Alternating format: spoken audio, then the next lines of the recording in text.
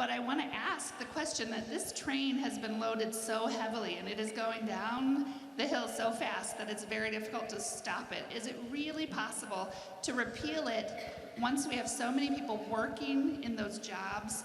We have people doing things that are difficult to just stop. Yes, yes, and the simple answer is yes.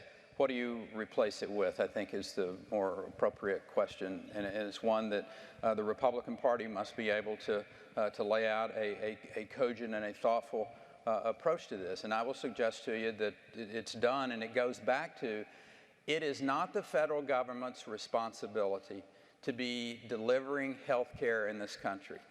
It is not the federal government's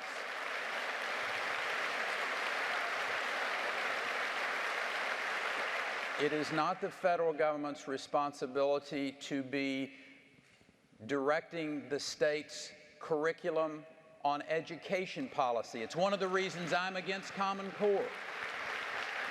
I will suggest to you it's not the federal government's responsibility to be telling the governor of Iowa and the legislature here how to build transportation infrastructure. This is clearly goes back to my belief that the 10th Amendment means what it says, and that the state's responsibility to come up with the ways to deliver health care.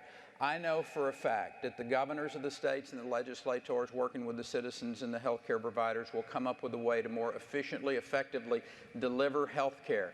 One of the reasons that we didn't expand Medicaid in the state of Texas is because the president himself even said this is a broken system in 2009, and I agree with him, it is a broken system, so why in the world would I want my home state to engage in the expansion of a system that's already broken? We know that the studies that have been done, the health care results between people who don't have that Medicaid program and the ones that do, there's no difference in their results and their health care quality.